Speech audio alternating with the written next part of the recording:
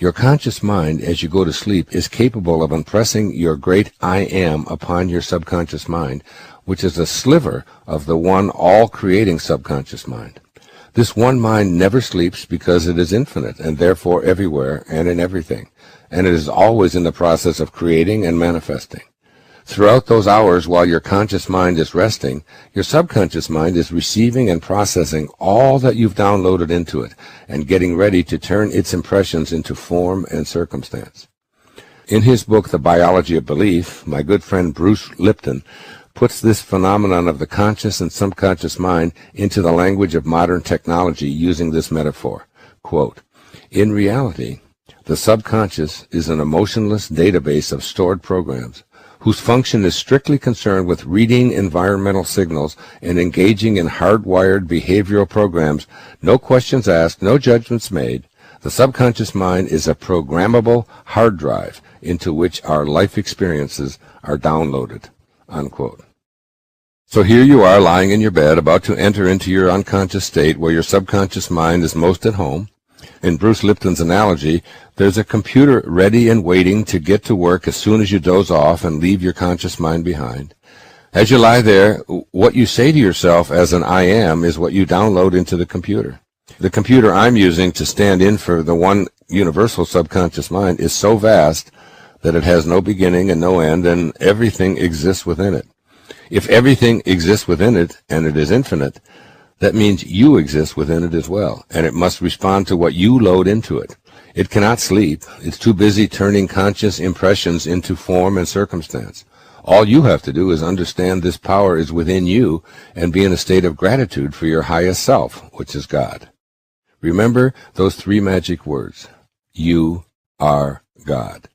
There is only one subconscious mind, and your own subconscious mind is a part of that one mind. That invisible part of you is really the mind of God at work, as long as you don't edge God out. That's ego, which is what your conscious mind has probably been trained to do. If your subconscious mind receives your conviction that you have money, you will have money. If it receives the conviction that I am happy, I am healthy, I am content, I am love, I am wise, or any other statement downloaded with conviction, the subconscious mind will bring it into your physical reality. I am not suggesting that you have hope or tell yourself maybe or use the last 5 minutes awake to say, I will be happy, I will be prosperous, I hope to one day be content. Use the name that God gave to Moses as he described who he is. I am that. I am. This is where faith plays a decisive role. You must extinguish any thought that being one with God is impossible. That is the false self at work. The contaminated personal subconscious that receives toxic self-limiting ideas and turns them into your unfulfilled reality. You are one with the one universal subconscious mind of God that never sleeps and works for you while your conscious mind slumbers. You want it to work for you, using what you downloaded into it, even as you are in deep sleep. While you sleep, your subconscious mind works. One of my spiritual teachers, Omram Mikhail Ivanov, the Bulgarian mystic philosopher and one of the founders of the Universal White Brotherhood, has this to say about your preparation for sleep and what transpires while you sleep. Quote, "It is the experiences of the last minutes before you go to sleep that are more important, more significant than anything that happened during the day." Unquote. He speaks eloquently on the importance of entering the subconscious mind with a purity of spirit, because each night we die, and if we don't know how to prepare for our nightly death, we will be prepared for our true departure to the other world. Quote, "Take care, therefore," he urges us, "never to go to sleep with negative thoughts in your mind, for they will destroy all the good you may have gained during the day." Unquote. Your time while asleep, when you leave this house and yet are still attached to it, is to be thought of as a sacred journey that you take daily to connect to the one universal subconscious mind and experience the bewildering wonder of what transpires there. Once again, Ivanov tells us, quote, "Before going to sleep, you must get ready as though for a sacred pilgrimage. Never go to bed with a negative thought in your head, for it will wreak havoc in your subconscious." Unquote. In those 8 or so hours that you are embedded in your subconscious mind, you receive instruction. The feelings you brought to your sleep time will be expressed tomorrow and in all of your tomorrows. This is a time when you leave behind the constrictions of your physical world and the limitations of your physical body. You allow the one subconscious mind to create your wishes without active participation from your solid material self. I cannot describe to you precisely how your subconscious mind works while you sleep, nor can anyone give you this kind of detail. As Neville puts it so succinctly, quote, "The subconscious receives impressions only through the feelings of man, and in a way known only to itself, gives these impressions form and expression," unquote. Who can describe the intricacies of a caterpillar weaving its own chrysalis and then emerging as a beautiful butterfly? It is a mystery known only to the one mind, as is how a subconscious impression turns into a hardened fact. But you can be cognizant of the many mysterious things you do while asleep, all the while believing them to be true and experiencing them in your body, even though you are unconscious. I only ask you to enjoy the mysterious and know that it is full of potential. Wallow in it, and when you do, you open yourself up to infinite possibilities. In reading the aphorisms of Patanjali, he was talking, now you have to remember, we're talking about before the Middle Ages, which were called the Dark Ages. And here was Patanjali writing about the ability to be able to do absolutely miraculous things. The ability to be able to be in more than one place at the same time. The ability to be able to be in the presence of another human being and raise your energy to such a level that you could literally, by your presence alone, just heal that person. The ability to be able to transcend things like diseases. The ability to be able to have the gift of fish and loaves. To just live at such a level of consciousness that anything you placed your attention on instantaneously, you had the capacity and the power to be able to make that realization for you. The book is called How to Know God. Now, it's not called How to Know About God. It's not called How to Believe in God. It's called How to Know God. And How to Know God means making conscious contact with God. It's the only way you can know anything. So here are the 5 aphorisms. The first is called, "The central act of ignorance is false identification." The central act of ignorance is called false identification. What does Patanjali mean by false identification? And what does he mean by ignorance? Ignorance is not to be assumed to mean that you are uninformed. It means that you are identifying yourself as a human being with your body and your possessions and this material world. And the central act of that ignorance is the identification falsely with this world of the changing. But beyond the world of the changing is the changeless world. And once you start to identify yourself there and know that this is who you are, know it, like you're listening right now and you're watching, and the energy that is coming into you is coming through your eyes and ears and senses. And it is only your eyes and your ears and your senses that take this energy and twist it into something called evil or problems. It comes into your eyes, these energies, and into your ears, if it could be examined just before it hits your eyes, and just before it reaches your ears, and we could examine it very carefully, you would find that the scientists would say, no, there's no problems in that energy. There's no evil in that energy. Nope, it's just energy. It's just a frequency. It's vibrating at a certain speed. But as soon as it hits your senses and you begin to interpret it, problems begin to show up in your life. But the energy itself contains no problems. It's just energy. That's proper identification according to Patanjali. That's the first aphorism. The second aphorism sounds like this. The mind of the truly illumined, said Patanjali, is calm, because the peace of God within all things is known, even within the appearance of misery and disease. Even within the appearance of misery and disease. The mind of the truly illumined is always calm. And the mind of the truly illumined understands that the peace of God is in all things. You are in this world, but what? You are not of this world. That is not who you are.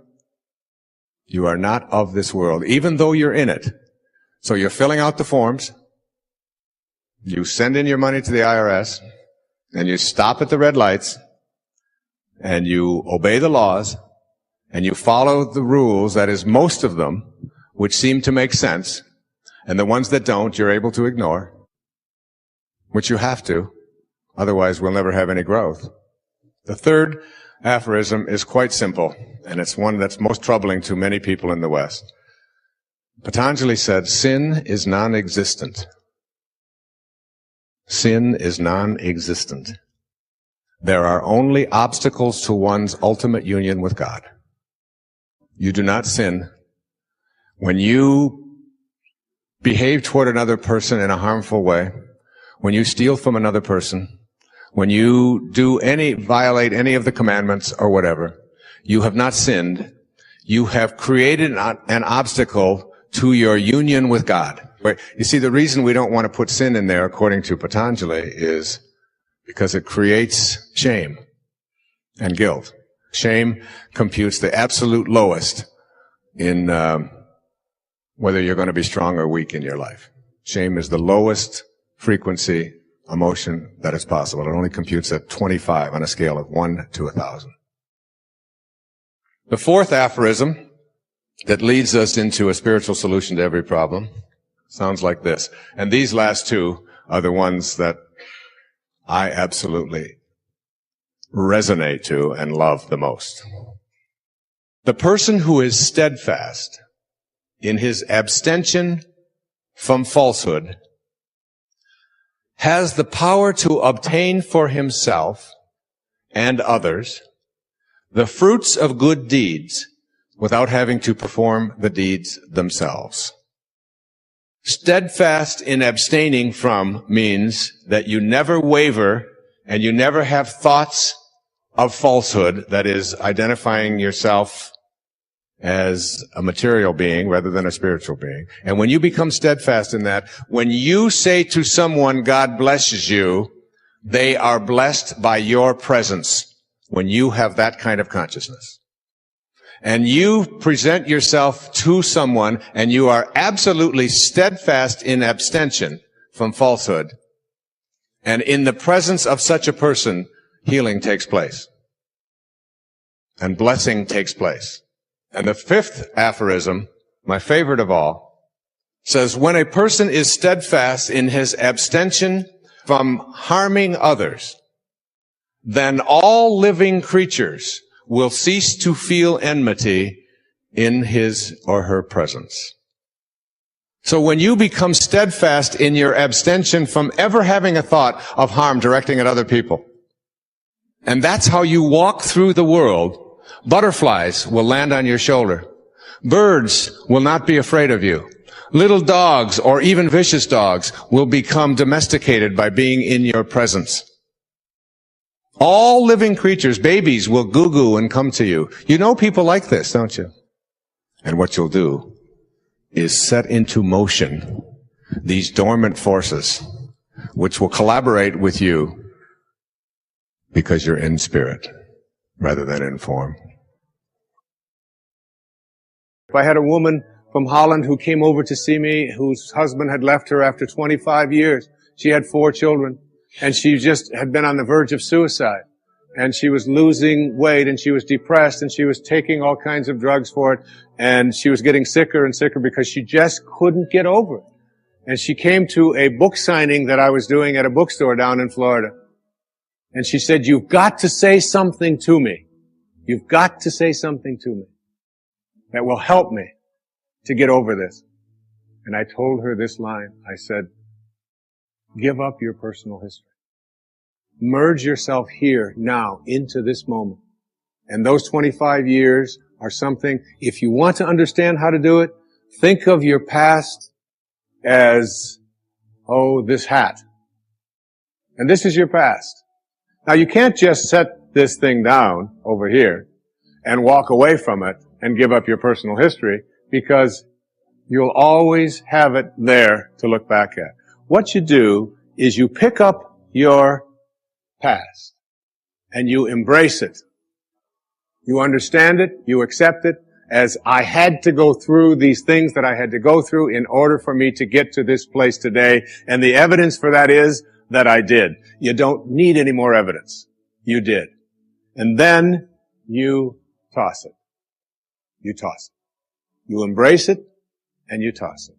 And you merge into the now by giving up your attachment. And some of you have heard me use the metaphor of the wake. Alan Watts talked about the wake is not what drives the boat. The wake is just a trail that is left behind. That's all it is. And so is the wake of your life. And the wake doesn't make the boat go, and neither does the wake of your life, the reason why your life is going in the direction that it is. The wake is a trail that is left behind, and it's an illusion to believe that it is the cause of your suffering or your struggles or your difficulty. Give it up. Let it go. Embrace it, understand it, get help doing that if you must, and then move into the now. Wisdom is avoiding all thoughts which weaken you. You know, every thought has an energy, just like everything else in the universe. And if you have a thought of shame, it will weaken your muscles. And what is your heart but a muscle? If you raise a child who believe in shame and feel ashamed of themselves, every time they think that shameful thought, they will be weakened. And if you have a thought of fear, and if you have a thought of stress, and you have a thought of anguish and anxiety, all of these thoughts and many more are the thoughts that will always weaken you. When you are having a thought that you know is disempowering you, shift it. Shift it to one that is empowering rather than disempowering. And the thoughts that empower are thoughts of neutrality and willingness and love, and ultimately thoughts of divinity. And when you see a troubled person who is out there struggling at the highest level of unity consciousness or God consciousness, or spiritual consciousness, you recognize yourself in all that you see. There, but for the grace of God, go I. And I am connected to that person. Changing your thoughts. I appeared on the Tonight Show many years ago, several times, quite a few times. And I remember coming home from the Tonight Show, and I was walking along the beach, and they had taped the show the night before, and I was out for a walk, and a woman who lived in the Northeast stopped me, and she said, "Didn't I see you last night on the, how could you be here?" I said, "Well, I flew the red eye, and I was walking along." She said, "You know, we're moving down here." She said, "What are the people like here? What's it like?" And I said to her, I said, "Well, what are they like where you live?" She said, "Well," she said, I live in a very big city." And she said, "They're very pushy. And people are not very kind. And they don't have time for you." And she said, "It's really not very pleasant." She said, "That's one of the reasons I'm leaving there." I said, "Well, that's pretty much what you're going to find here." That's basically what the people are like here. On the way back on the same day, someone else who had seen me the night before on the Tonight Show, who had lived in the Midwest, stopped me and asked me almost the same question. She said, "You live here?" I said, "Yes." She said, "Well, my husband and I are moving here and we're looking for a school." She said, "What are the people like here? What's it like here?"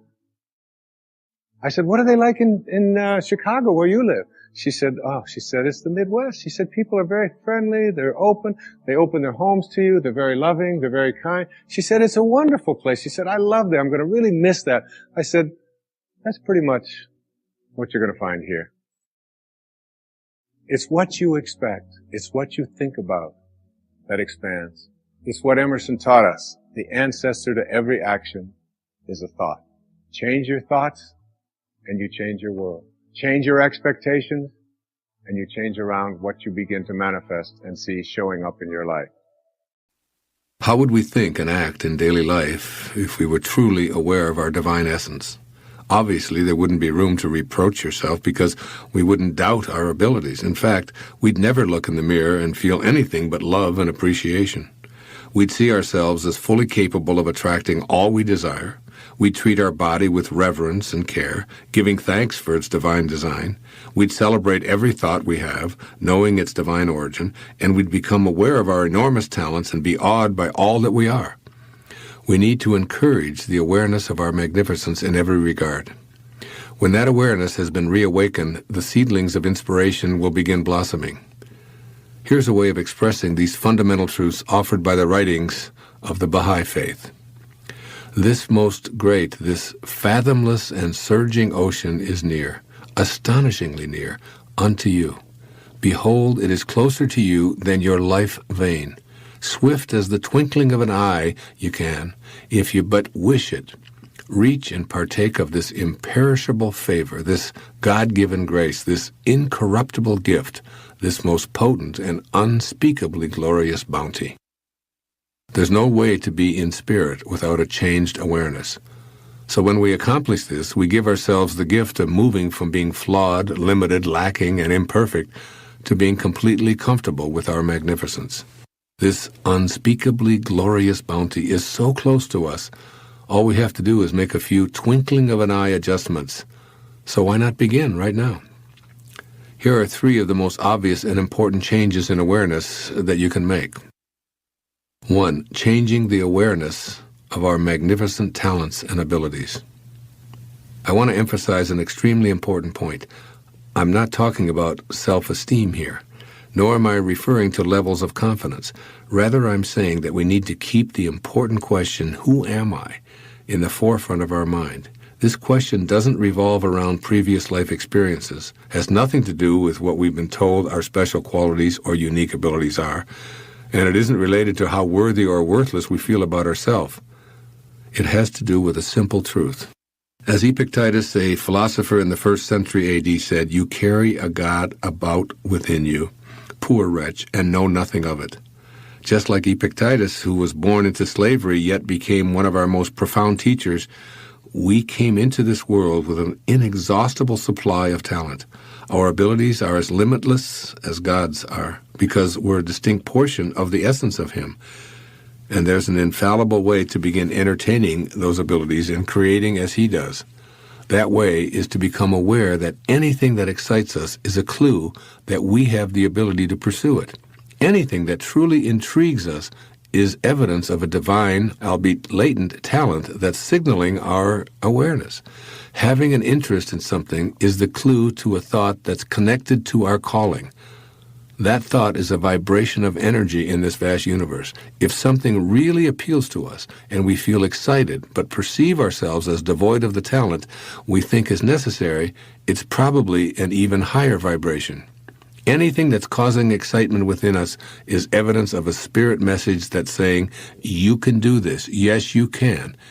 If we react to this message with anything other than, you're correct, I can do this, I have the ability to do it, then we've selected the vibration of resistance and ignored the vibration of excitement and interest that spoke to us. Our thoughts about who we are, what excites us, and what we feel called to be and do are all divinely inspired and come with whatever guidance and assistance we'll need to actualize these goals. The decision at this point is, are we willing to listen to these divine thoughts that pique our interest, or do we go on listening to the false self that's made us what Epictetus called a poor wretch? Rather than case studies of which I have only second-hand knowledge, I'm going to use some examples from my own life that illustrate listening to the false self.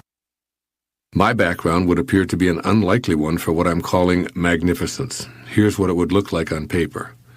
Fathered by an alcoholic who abandoned his 3 children, childhood years spent in foster homes, a classic underachiever, educated in public schools, grew up at the low end of the socioeconomic scale, no financial advantages, no examples of or ambitions for higher education, 4 years as an enlisted man in the United States Navy, admitted to a university on a provisional acceptance at the age of 22 due to lower than average grades in high school, worked his way through 3 advanced degrees by being a cashier and a stock boy in a grocery store in Detroit.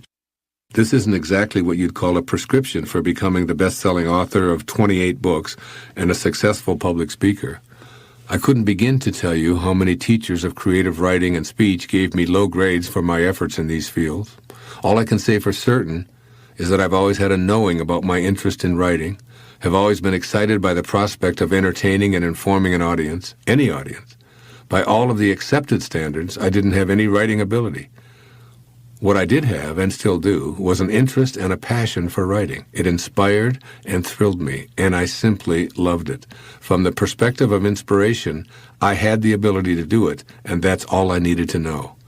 Then as now, I trusted that the universe would handle all of the details, including, will I be published? Will the critics approve? Will my book be a bestseller? Will my mother approve? Will I get an apology from any of my old English teachers?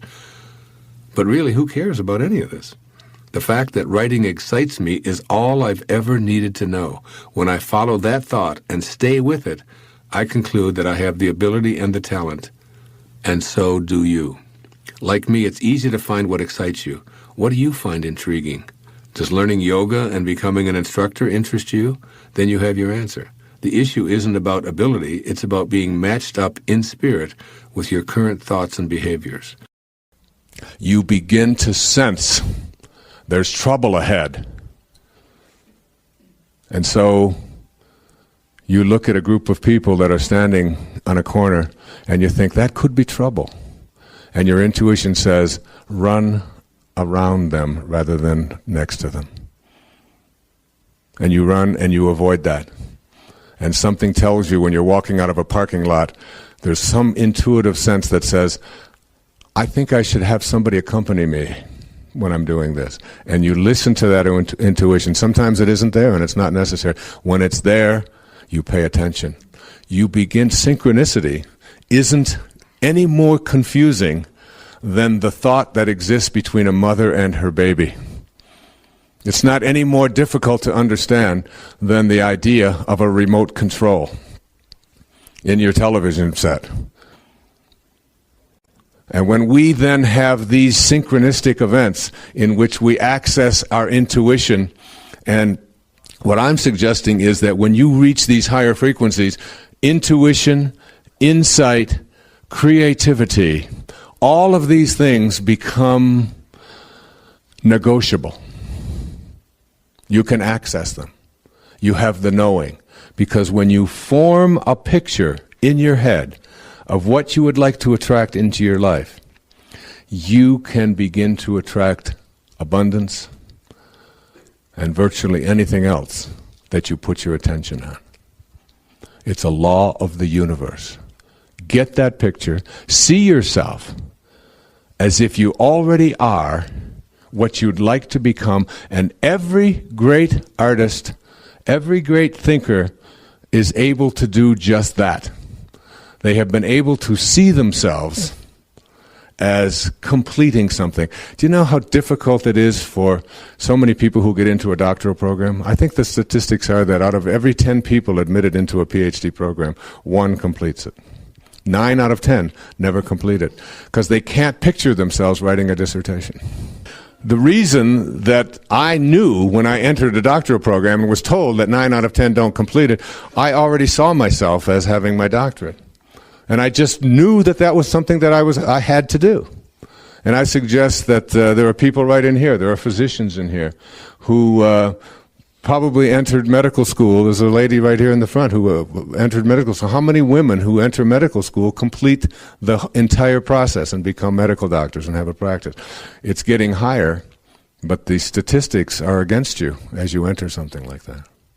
But if you see yourself as having a practice, you see yourself as a healer, you see yourself as someone who is capable of becoming a doctor, or anything else in your life, if you see it and get that picture, and I can't tell you, I try to teach this to my children. My daughter who wants to sing, I just said, sing.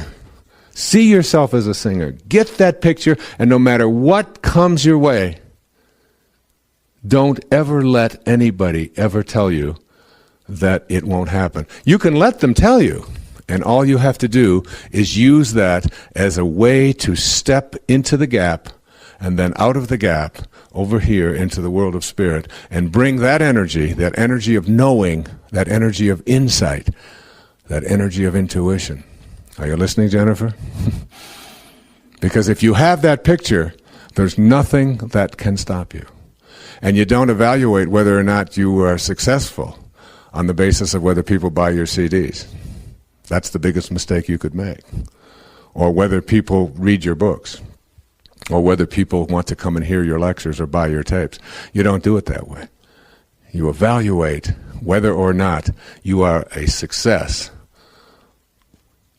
by being one of those people who's on the road that's hardly ever crowded and enjoying everything that they do because they're seeing themselves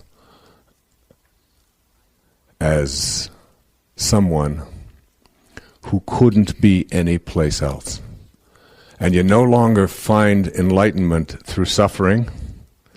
You no longer find enlightenment through having an awareness in the moment of what it is that you need to do to learn the lesson that's happening for you right now. You are now a person who's out in front of yourself, and you see it coming. And that makes you a master who lives coincidences, not in the sense of them being accidents, but having a perfect fit. The famous Danish theologian Søren Kierkegaard once said that once you label me, you negate me. And our past is filled with labels about what we can and can't do. I'm not very good at this. I'm not athletic. I'm not musical. I'm not able to do certain kinds of activities. I don't have a good memory. I'm not very good at mathematics. I've never been good at relating to other people. I'm shy. I'm nervous. I'm clumsy. These are all labels from the wake, from our past. And all of them are just things that you have used as an explanation or as an excuse for why you don't move into a different place in your life. And they all revolve around this thing called failure. I tried them. I wasn't good at them, therefore I failed. And when you give up your personal history, you give up the concept of failure. It is, again, another illusion. You have never failed at anything in your life. Everything you've ever done has produced a result. You are just out there producing results. The issue isn't whether you fail. The issue is, what do I do and what have I done with the results that I have produced? So that if you go to, I love that story that I heard not too long ago of a little boy who was walking, and you know how little boys do it? I used to do it all the time. And you take a softball and you throw it up into the air, and then you have a bat, which is often a stick, it was for us, and you swing at it like this, and the little boy throws the ball up into the air, and he swings, and he misses. So he picks the ball up again, and he walks a little further, and nobody's around, and he throws the ball up into the air, and he swings again, and the ball falls to the ground. He misses. Then he picks up the ball again, and he looks around, and nobody's there, and he throws it up into the air, and he swings his stick. It misses again and hits the floor, the ground. And he responds, "What a pitcher."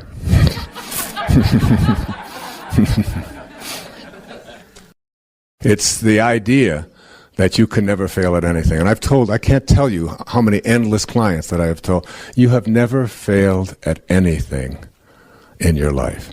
If you weigh 300 pounds, and you've weighed 300 pounds for the last 20 years, you have just produced enormous results. And the question isn't, why am I such a failure? Why have I always been obese? Why have I always been these terrible things that are back there in the past that I'm bonded to, and now coming up with reasons to explain it away? Well, my mother, we have this, and then I'm doing it in response to that, and this is because of that. And you can come up with an endless number of reasons. I was talking about this last night, that my brother and I both lived in the same foster homes, in the same orphanage for years. And my one brother is very shy and very reserved and has had a great deal of difficulty. And I've been out there very public and very outgoing and so on, and both of us can explain our behavior on the basis of the same experience. Obviously, I have self-confidence because I never had anybody to give me confidence when I was young. And I was always going from place to place, so I had to go within and rely upon myself. And my brother would say, obviously, I don't have any confidence because I didn't have anybody to give me any confidence when I was young. There was nobody there, so that's the way my life is. And you can explain anything away. But if you're that 300-pounder, you have produced results. The question is, what are you doing with the results that you've produced? What are you going to do about that? Are you going to be a great pitcher and remind yourself of this is a different way to look at that? Or are you going to tell yourself that my personal history is such that there's nothing I can do about it? If you want to walk the extra mile, the path less traveled, give up your personal history. If you don't have a story, you won't have to live up to it. And you can live every moment in the only place where you'll ever come to know what it's like to be connected and united with God. It's the only place God ever is or ever has been. Right here, now. Don't use your weaknesses, your struggles, your difficulties, the things that happen to you as a calling card.